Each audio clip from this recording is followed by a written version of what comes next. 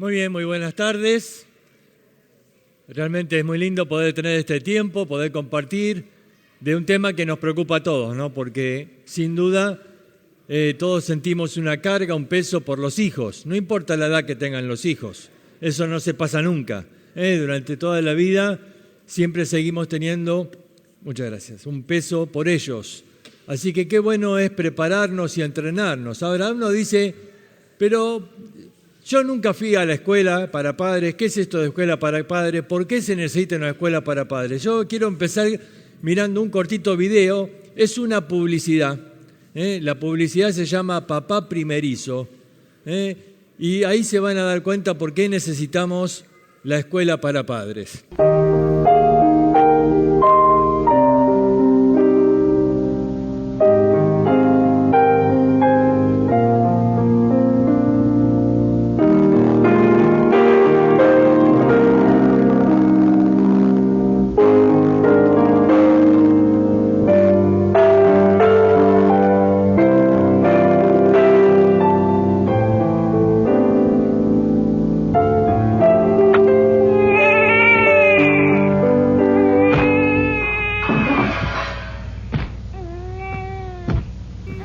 Le pegó a su hijito y ahí ya, ¿no?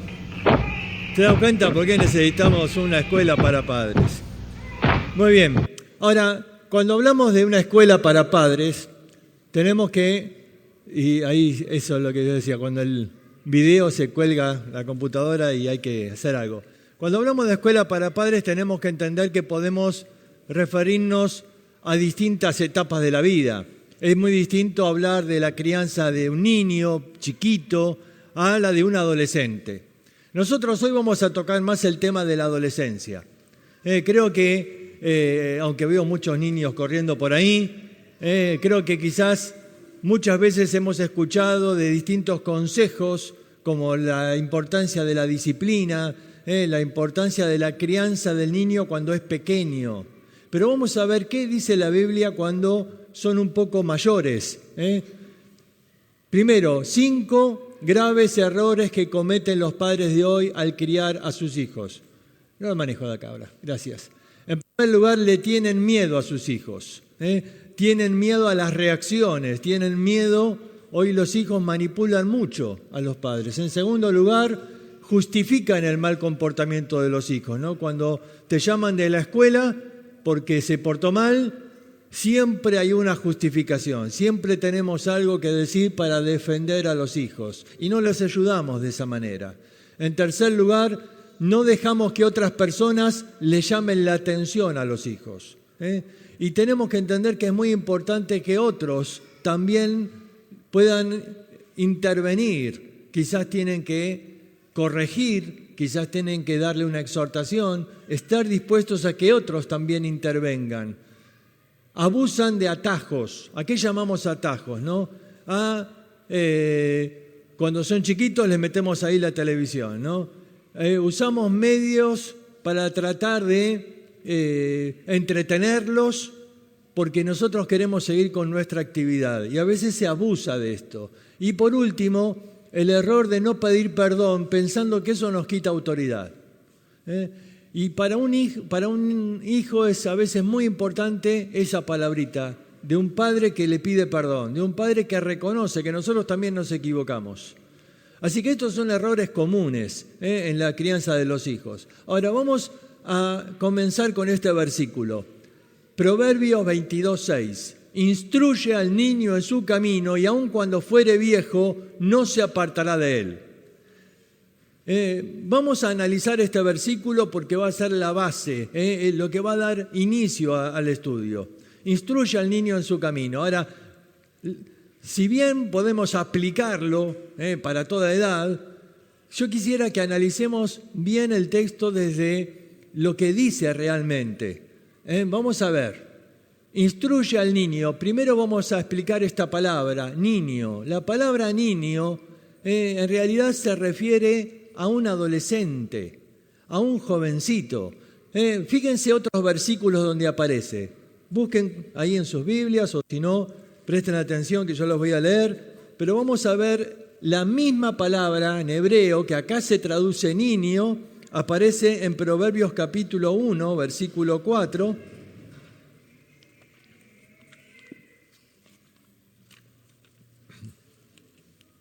Y ahí dice así.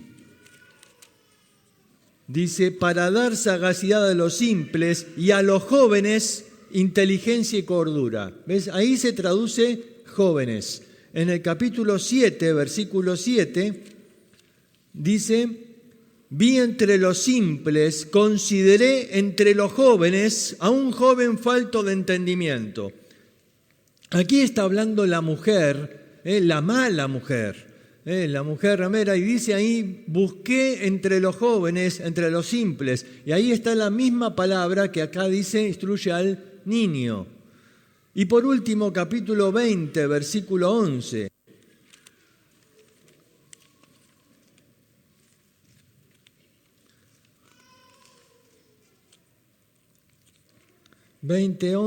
Dice, aún el muchacho es conocido por sus hechos, si su conducta fuere limpia y recta. Aquí se traduce muchacho.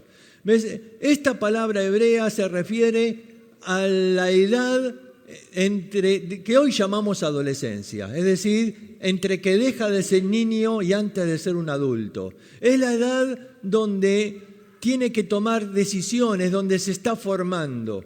El libro de Proverbios, en su gran mayoría, está dirigido a esta edad. Porque si ustedes leen con cuidado el libro de Proverbios, van a ver que la mayoría de los proverbios están dirigidos de un padre a un hijo. Hijo mío, escucha las razones de mi padre, hijo mío. Y al hijo al cual le habla es un hijo adolescente. ¿Por qué? Porque le va a dar consejos sobre cómo relacionarse con la mujer, con el dinero, con el trabajo, con los amigos. Son consejos de un padre a un hijo. Así que en el libro de Proverbios abundan los consejos para un jovencito. Y acá entonces dice, instruye, vamos a decir, al muchacho, al muchacho en su camino. Ahora, en segundo lugar tenemos que ver la palabra instruye. ¿Por qué? La palabra instrucción en el libro de Proverbios aparece varias veces y se refiere siempre a una instrucción, es un mandato. Algo que si no se cumple merece un castigo. Pero en este caso, la palabra aparece por única vez en el libro de Proverbios. Y en este caso no significa ese tipo de instrucción, es decir, la instrucción que es un mandato, que es una regla y que si no obedece hay un castigo. En este caso, la palabra instruye significa entrenar, adiestrar.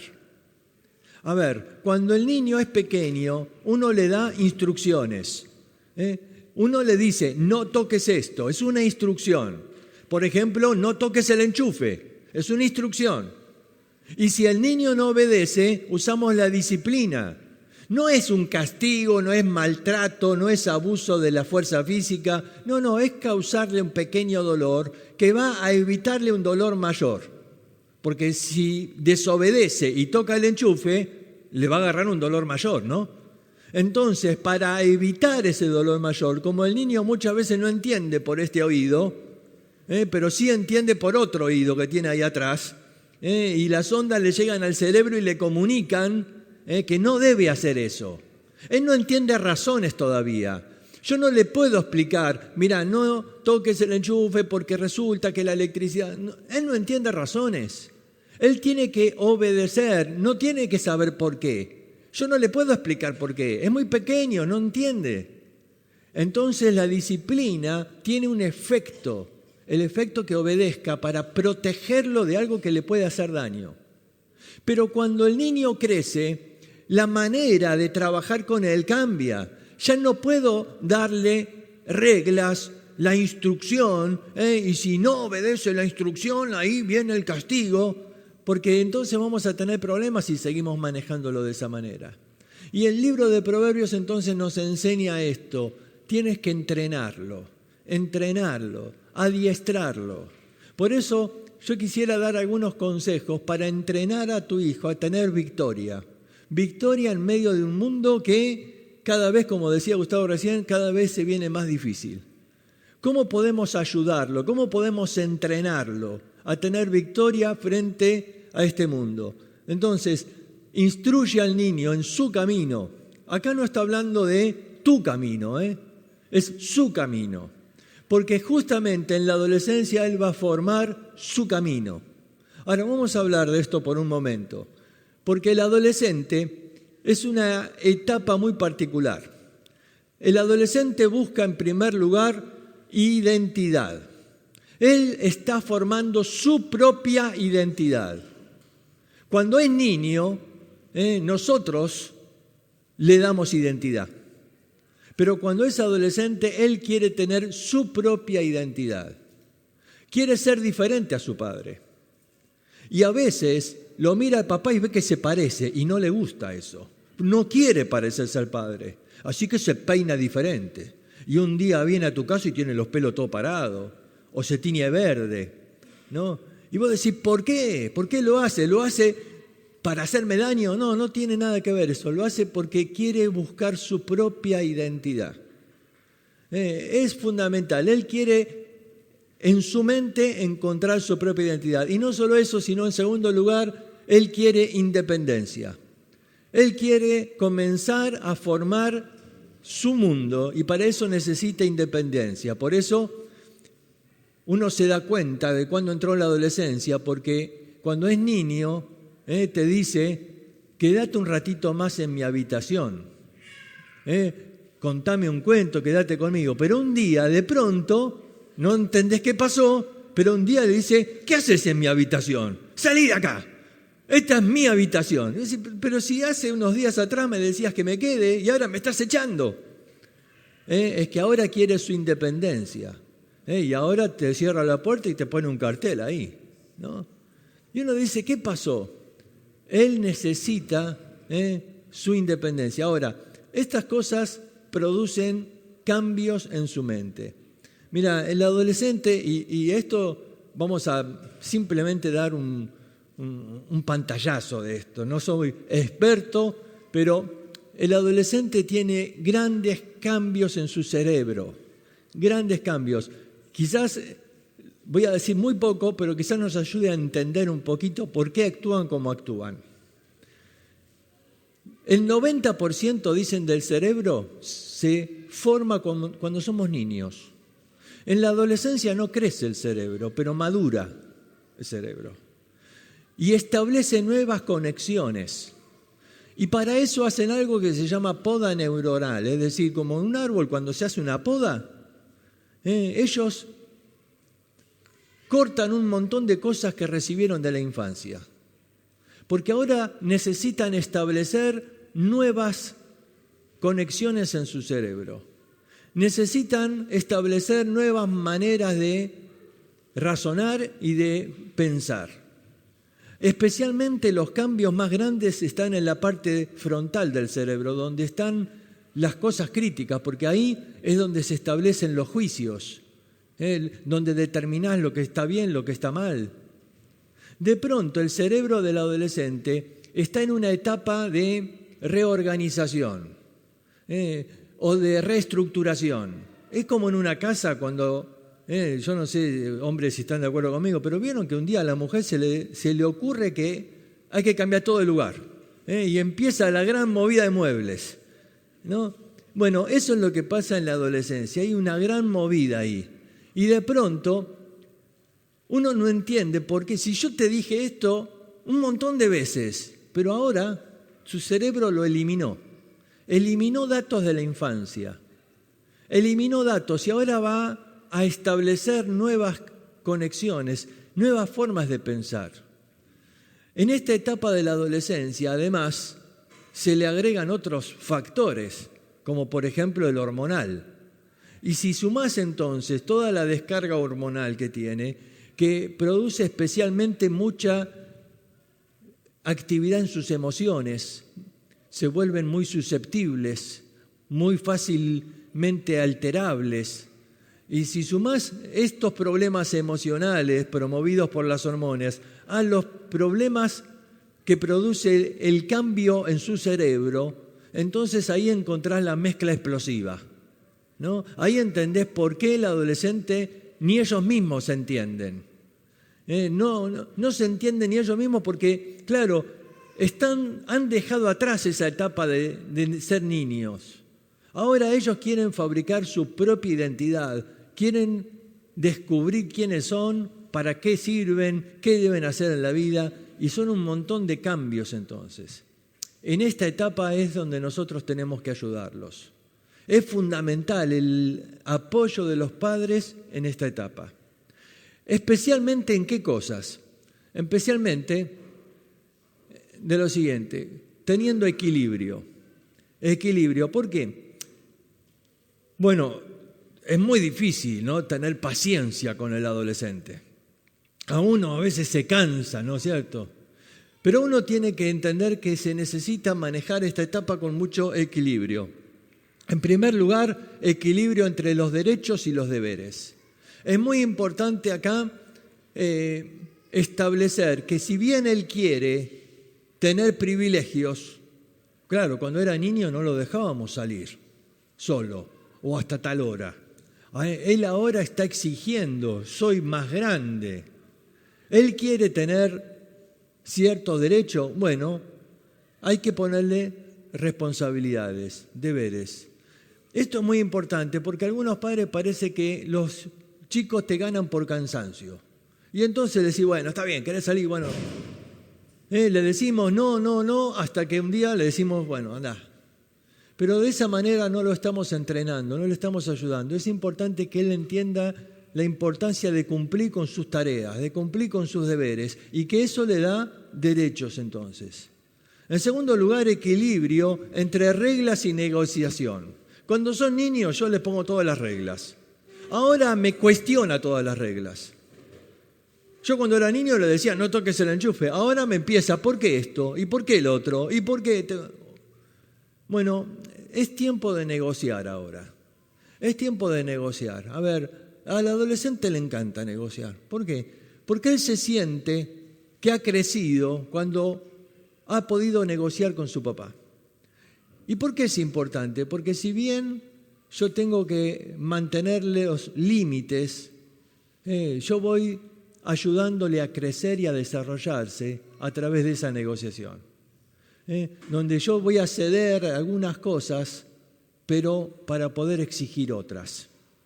Entonces la negociación acá también es importante. Y en tercer lugar, equilibrio entre la reprensión y el estímulo. Si voy a dar reprensión todo el tiempo, voy a perderlo. Yo tengo que dedicar tiempo a darle estímulo. El adolescente necesita, en todas las edades se necesita estímulo, pero en la adolescencia más que nunca. ¿Por qué? Porque hay mucha inseguridad. Estos cambios le producen inseguridad. Y yo necesito darle estímulo constantemente, si es posible, cada día. Cada día el adolescente lucha muchísimo. Ahora vamos a hablar más adelante de algunas de sus luchas.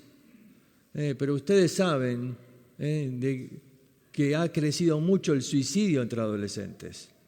Y muchas veces es por el tema del bullying, ¿no es cierto?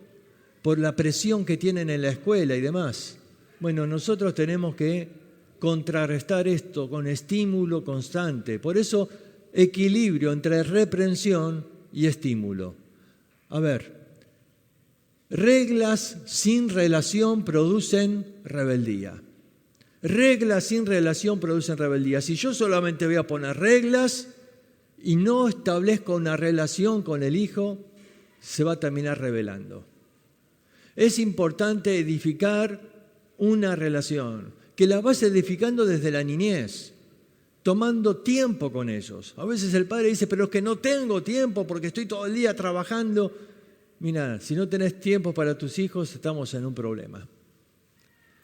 Porque hijos van a demandar tiempo. Quizás no estés todo el tiempo que quisieras estar o que él quisiera que estés, pero tienes que dedicarle tiempo. Si tienes poco tiempo, bueno, esforzate porque ese poco tiempo sea significativo.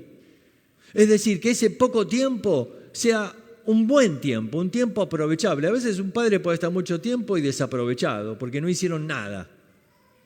Si es poco tiempo, aprovechalo, pero tenés que edificar una relación, tenés que ganarte su corazón, su confianza. el adolescente no se va a abrir a un padre que no estuvo presente en su niñez, que no le dedicó tiempo. Así que tienes que establecer una relación con él. Otra frase más, recuerda que tus palabras pueden herir.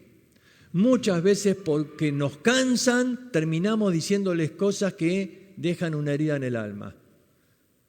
Tenés que tener mucho cuidado con las palabras que decís a un adolescente, porque generalmente quedan marcadas. Acordate que su cerebro está en proceso de reorganización y lo que queda marcado ahí no se lo olvida.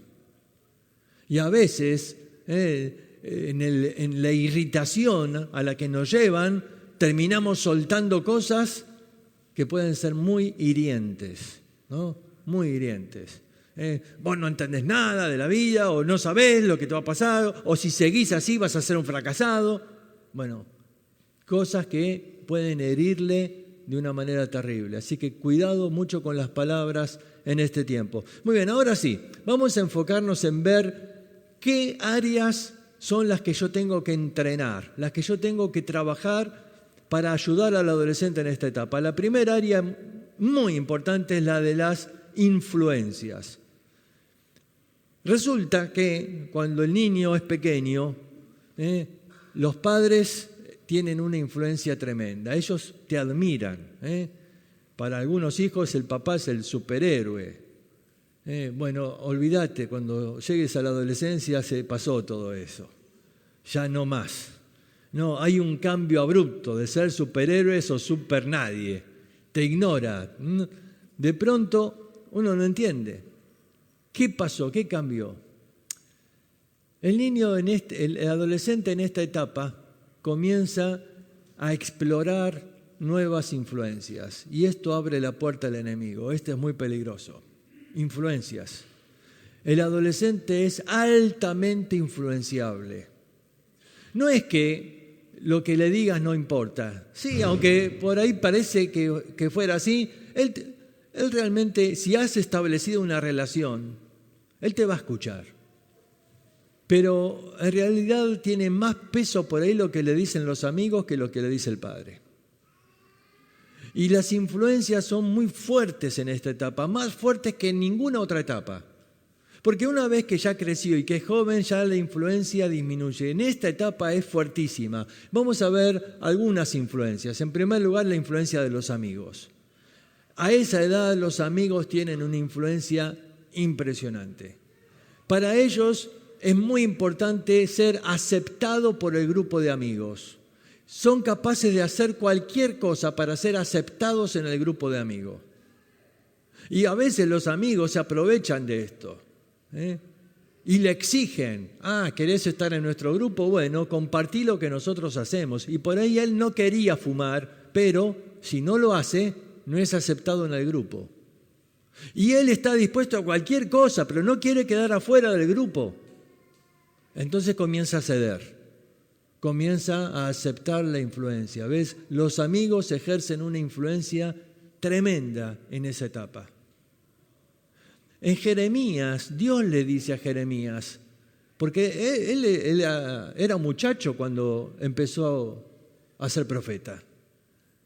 Y de pronto él comienza a ser influido por los amigos y Dios le dice, conviértanse ellos a ti y tú no te conviertas a ellos.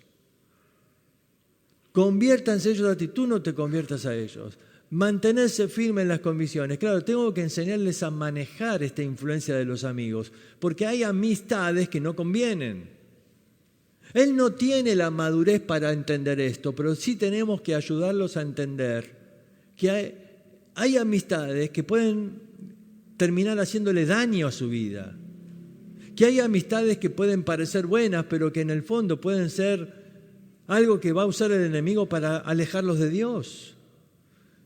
Tengo que tratar de que ellos entiendan que hay influencias que conviene cortar en la vida.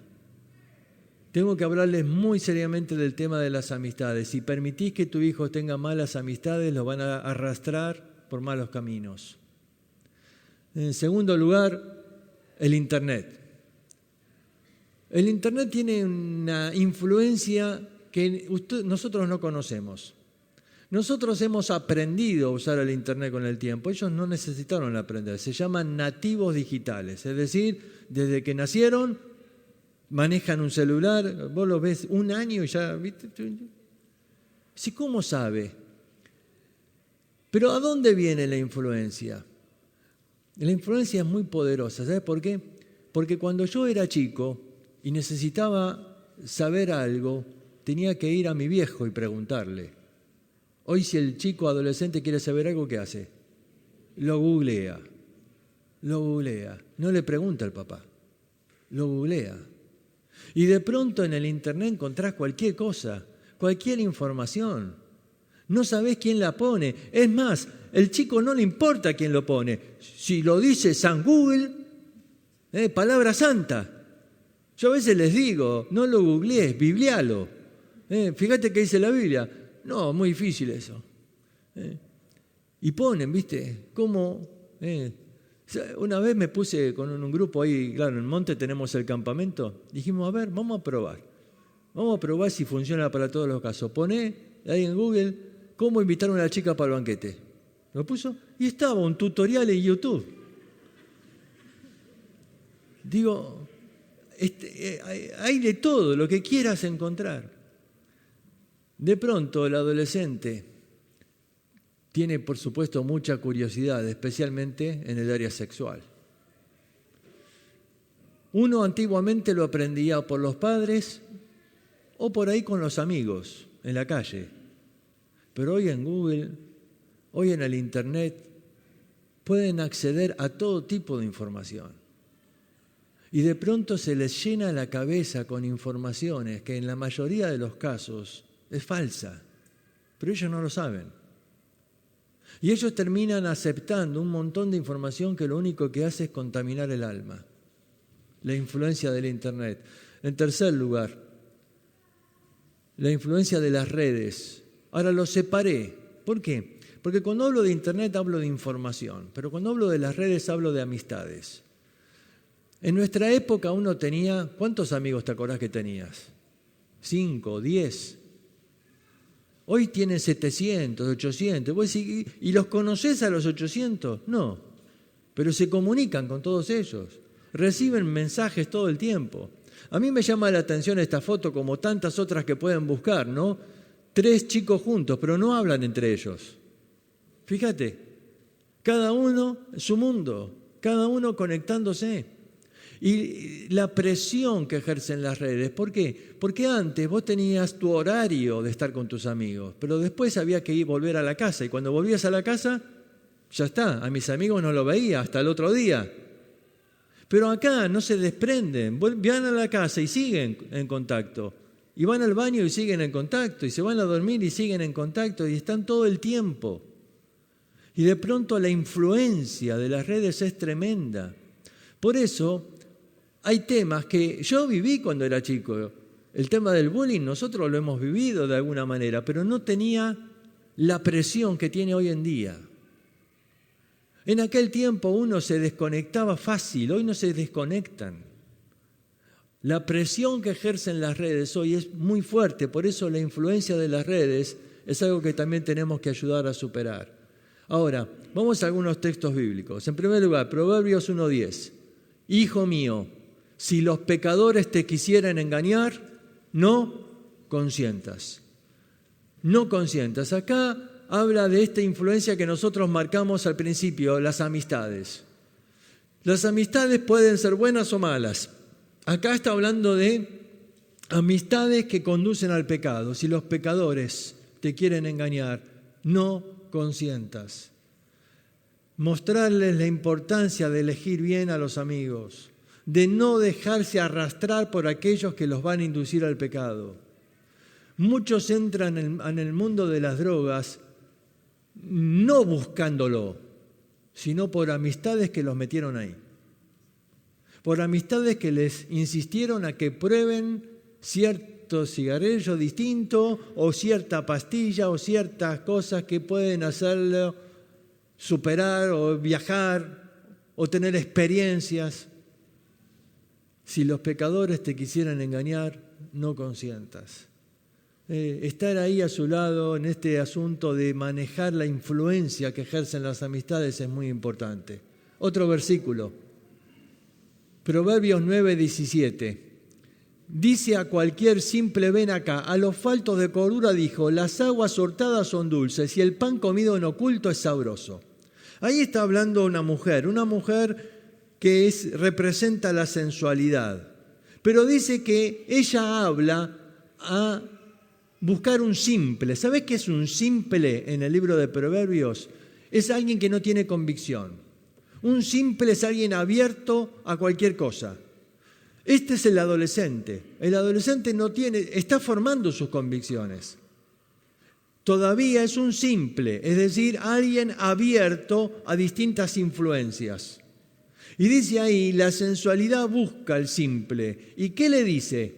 Le dice: las aguas hurtadas son dulces y el pan comido en oculto es sabroso. A ver si entienden el mensaje que le da la sensualidad. ¿Cuál es? Que no importa que el agua sea robada, lo importante que es dulce. Que no importa que el pan lo comas en oculto. ¿Por qué en oculto? Porque es vergonzoso. No importa eso, lo que importa que es sabroso. El énfasis de la sensualidad está en los sentidos. Lo vas a disfrutar.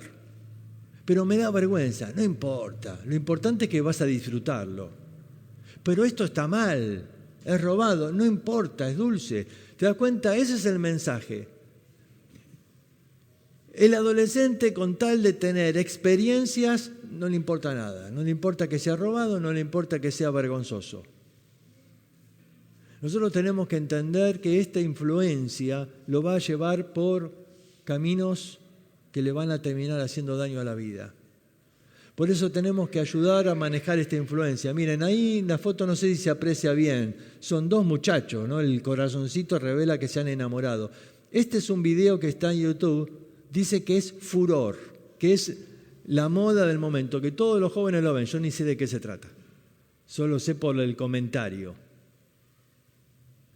Pero habla de la historia de dos chicos que se enamoran y que enfrentan las presiones. Hoy no podemos hablar solo de la mujer sensual como habla el libro de Proverbios.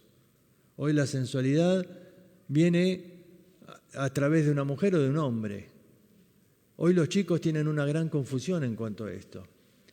Y yo creo que cada vez va a ser peor, porque con este tema de la ideología de género, hoy cada vez van a tener más conflictos de identidad. ¿Se acuerdan que dijimos que el adolescente está buscando su identidad?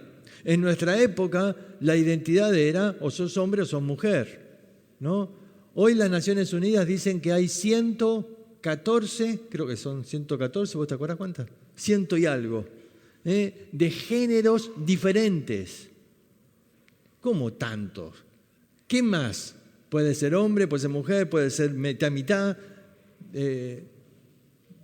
Pero no, 114 no entran en nuestra mente. No concebimos esa posibilidad. Ustedes se imaginan la confusión en el niño cuando está creciendo, formando su mente, formando su identidad, y de pronto tener un abanico tan grande de posibilidades.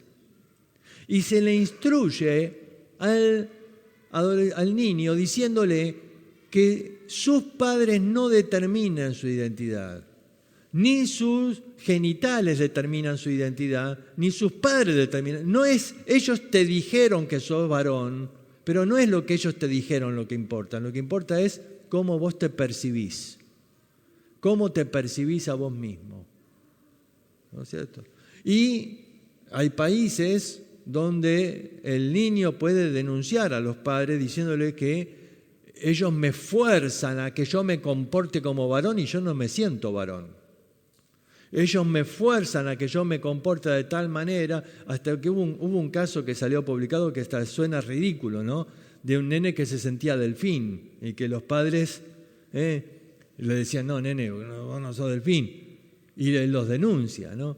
Claro, ellos, esta ideología, le dicen, lo importante es cómo vos te percibas a vos mismo.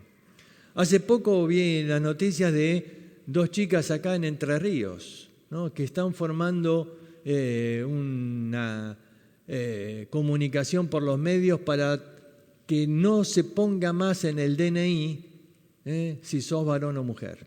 Ellos quieren que se saque del DNI este concepto de varón o mujer, porque dicen no hay que ser binarios, es decir, solo dos posibilidades, que dejen de poner eso.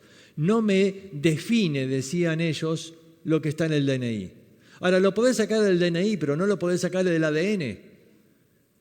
Porque en el ADN está marcado, y no importa que alguien se haga una operación para cambiar sus genitales, el problema es que en el ADN está marcado que uno es hombre o mujer, y puedes morir, y puedes pasar 100 años, y pueden hacer una investigación y sacar de ahí el ADN de tus huesos, y ¿sabes qué va a decir?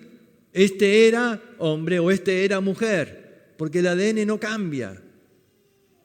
Ahora, toda esta información tenemos que tener en claro, ¿por qué? Porque en las escuelas se va a empezar a transmitir esta confusión. Y de pronto esto va contra el diseño de Dios. Dios diseñó al hombre y Dios diseñó a la mujer y Dios diseñó el matrimonio. Y lo que va contra el diseño de Dios termina mal, siempre termina mal. Y ahí en Génesis nosotros vemos como el hombre trató de ir contra el diseño de Dios y uno ve en Génesis capítulo 6 lo que pasó. Se corrompió la tierra por ir contra el diseño de Dios. Y de pronto el hombre terminó tan mal que dice que el pensamiento del corazón del hombre era de continuo y solamente el mal.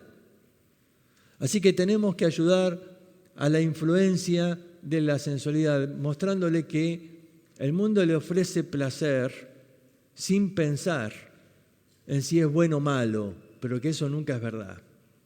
En tercer lugar, la influencia de las filosofías. Dice, cesa, hijo mío, de oír las enseñanzas que te hacen divagar de las razones de la sabiduría. Fíjate este texto. Dice, cesa, hijo mío, de oír las enseñanzas que te hacen divagar, que te hacen alejar de las razones de la sabiduría. ¿No? A mí me asustó ver cuando el año pasado hubo la campaña, esta discusión del aborto, de los que salían con el pañuelito verde o el pañuelito celeste, ¿se acuerdan? Pero me asustó ver manifestaciones en las escuelas, y ustedes ven ahí un grupo de adolescentes que piden la legalización del aborto. Niñas que todavía no entienden lo que están pidiendo, que se las ha adoctrinado con un concepto, se las ha enseñado con un concepto y no toman conciencia de lo que produce esto. Yo tuve la bendición de poder estar el año pasado en unos campamentos en España. Hace 10 años que se aprobó la ley del aborto en España. El año pasado en España hubo más cantidad de abortos que de nacimientos registrados. Más cantidad de abortos que de nacimientos.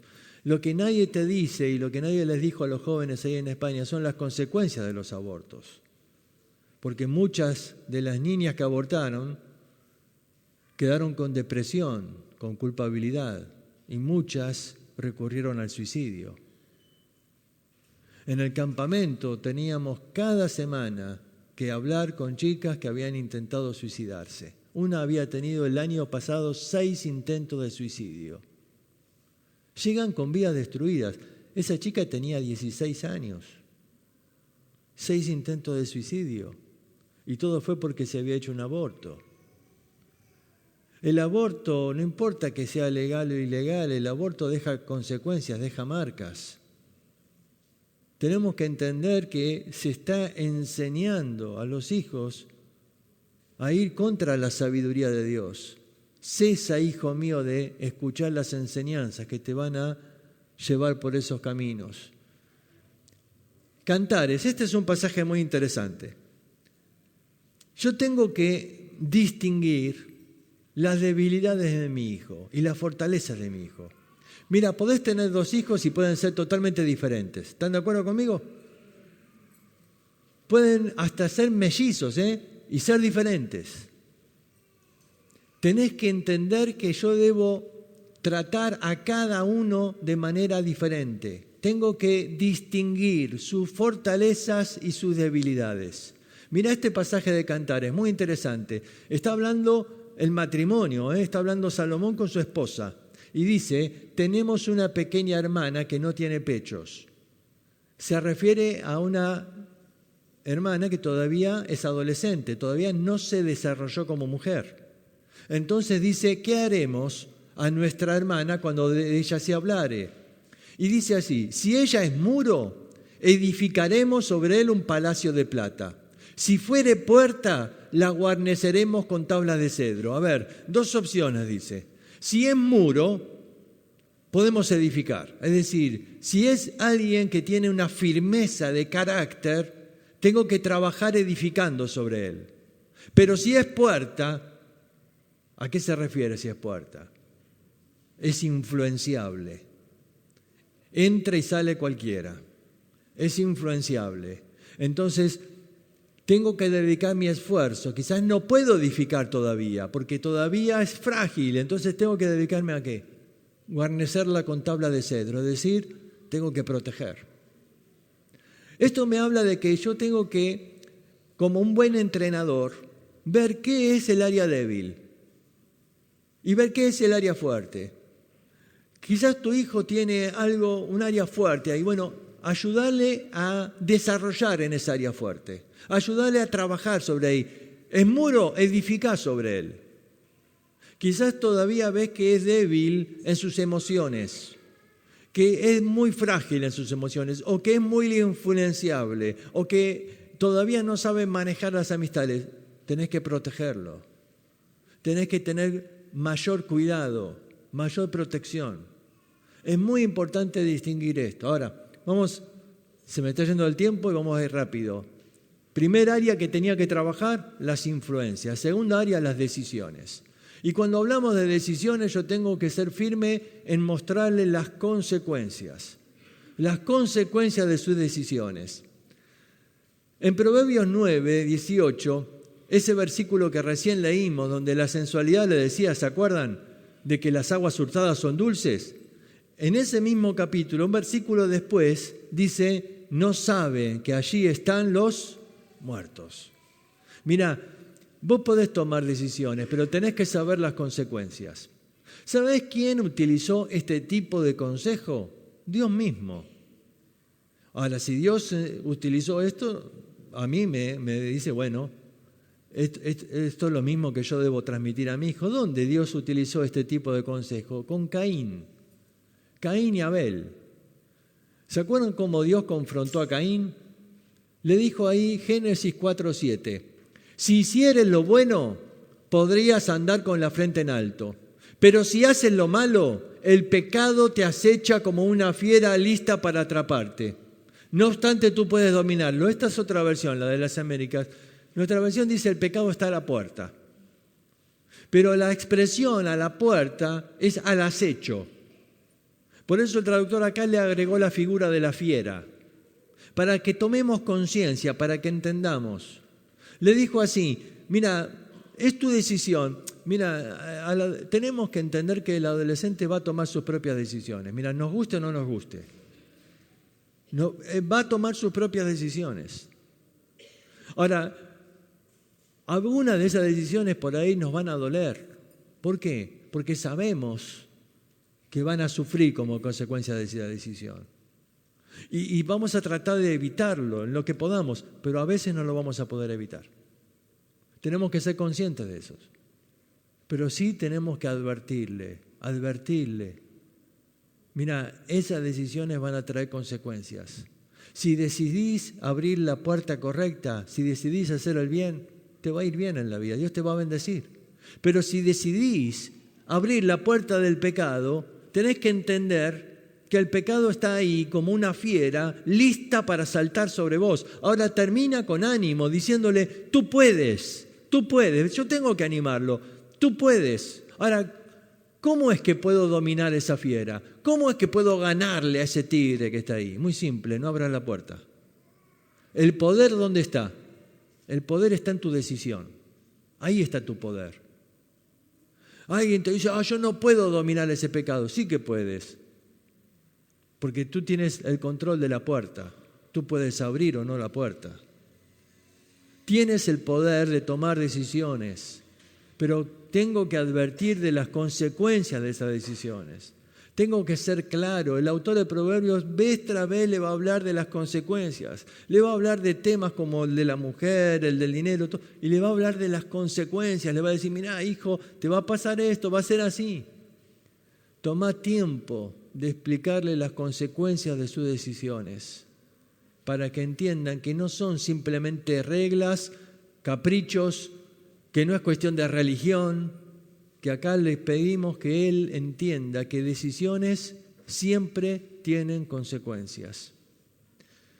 Por último, tengo que entender lo siguiente. Esa foto nos refleja la del hijo pródigo. Qué historia, ¿no? Una historia que uno puede ver de muchos aspectos diferentes.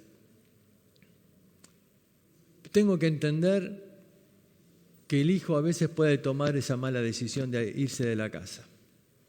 Así le pasó. Ahora, el padre quizás fue un buen padre. Quizás fue un padre excelente y oraba por él y cuidaba por él. Acá no se trata del padre. Se trata de una mala decisión del hijo. Fíjense que había 2 hijos, ¿no? Y uno decidió quedarse, pero uno decidió irse. Pero el padre le amó incondicionalmente, más allá de las malas decisiones del hijo. Nunca se cansó de esperarlo. Seguramente nunca habrá dejado de orar por él. Y ahí estaba, cada día esperando que vuelva. Cada día. El último consejo es: no te canses nunca de orar por tus hijos. Cada día. Ese padre jamás se cansó. Miren, yo no sé cuánto tiempo, la Biblia no nos dice, es una historia, cuánto tiempo el hijo estuvo en el lugar apartado. Pero cuando el hijo está viniendo, el primero que lo ve, ¿quién fue? El padre. Y no esperó que llegue, ¿se acuerdan la historia? Corrió a recibirle. Y yo creo que como padres tenemos que mantenernos orando siempre, siempre. Porque la victoria de tus hijos por ahí va a ser el resultado de tu oración. Va a ser el resultado de ese padre que nunca deja de orar y de estar ahí para su hijo. De esa madre que no se cansa de arrodillarse y de orar, aun cuando lo ves tomando malas decisiones. Con la confianza de que lo que sembramos en su corazón va a dar su fruto. Y de que eso que dice, ¿no? Ahí Proverbios, entrénalo ahí y no se va a apartar de él. Bueno, con la confianza de que en algún momento Dios va a tocar su corazón. Tengo que entender que puede pasar, pero que nuestra función va a seguir estando ahí siempre, orando y esperando que vuelva a casa. Por eso no es fácil la tarea de padres. Porque amamos a los hijos, y aun cuando ellos no lo entienden, o cuando ellos se rebelan, o cuando ellos están buscando su identidad, tenemos que estar ahí. Estar ahí para ayudarles a transitar por ese camino. Estar ahí mostrando comprensión, pero sin dejar de poner los límites que ellos necesitan. Mostrando amor, pero sin dejar de mostrar firmeza por el propio bien de ellos. Y ese equilibrio entre amor y firmeza, ese equilibrio los va a ayudar para transitar en ese camino. Muy bien, no sé si hay alguna pregunta. Si alguien tiene una pregunta, Sandra también me puede ayudar por ahí, pueden hacerlo.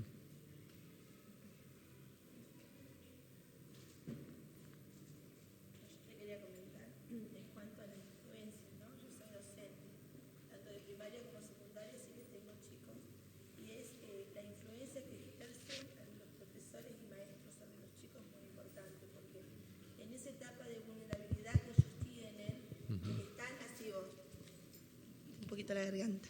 Es cierto, hay como dudas en ello, porque hay momentos que quieren ser como niños y te necesitan, y hay maestros como que quieren, momentos que quieren hacer las cosas solos y no necesito tu ayuda, tiempos de cambios, de ello el duelo infantil que se llama. Pero están muy susceptibles con todo el tema que vos estabas hablando en cuanto, me aboco más a lo que es el tema de ESI en las escuelas y todo ese cambio que viene. Hay muchos chicos que están naturalizados, ya están naciendo y viendo este cambio de género y ellos tienen muchas, ya ni siquiera me atrevo a decir que algunos no tienen duda de que no hay solamente un hombre y una mujer. Eso es lo que más se está viendo en las escuelas. Y sobre todo la influencia de profesores y maestros que es muy fuerte para los niños. Se los está llevando también por ese camino. Eso nada más quería agregar, ¿no? Lo veo a diario y realmente estamos en zona de peligro en ese Por estado. eso es importantísimo equilibrar esa influencia en el hogar.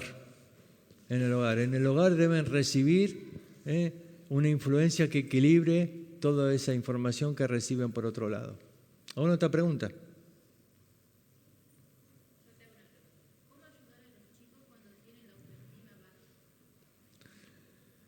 Tenemos que trabajar muchísimo sobre su estima.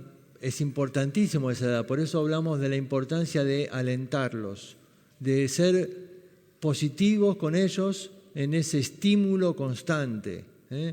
La estima a veces es una cuestión para ellos que se la dan sus amigos, por eso hay tantos problemas con el bullying, por eso hablamos en un momento de cómo influyen aún hasta llegar al punto del suicidio. A nosotros nos parece terrible, yo no me acuerdo de que en mi época nadie se haya suicidado por burlas, pero hoy tiene una presión que no existía en nuestra época. Y los padres debemos entender que hay que, así como recién hablamos de equilibrar esta área de información, hay que equilibrar esta área emocional. Tengo que ayudarle a tener una buena estima de sí mismo, hablándole de cómo Dios lo ama, cómo Dios lo hizo así, ayudarlo a entender lo que es la autoaceptación. Dios te hizo así, Dios te puede usar así, y vos podés ser feliz así como sos. A ver, los chicos a esa edad pueden ser muy crueles, no tienen filtro, no tienen freno. Y a veces en esa crueldad terminan hiriendo y lastimando muchísimo. Por eso tengo que tomar el tiempo para ayudarle a superar esto, a que entienda que Dios lo ama, que tenga aceptación de sí mismo, y eso es muy, muy importante. Mucho ánimo, mucho estímulo a esa edad. ¿Otra pregunta? Sí.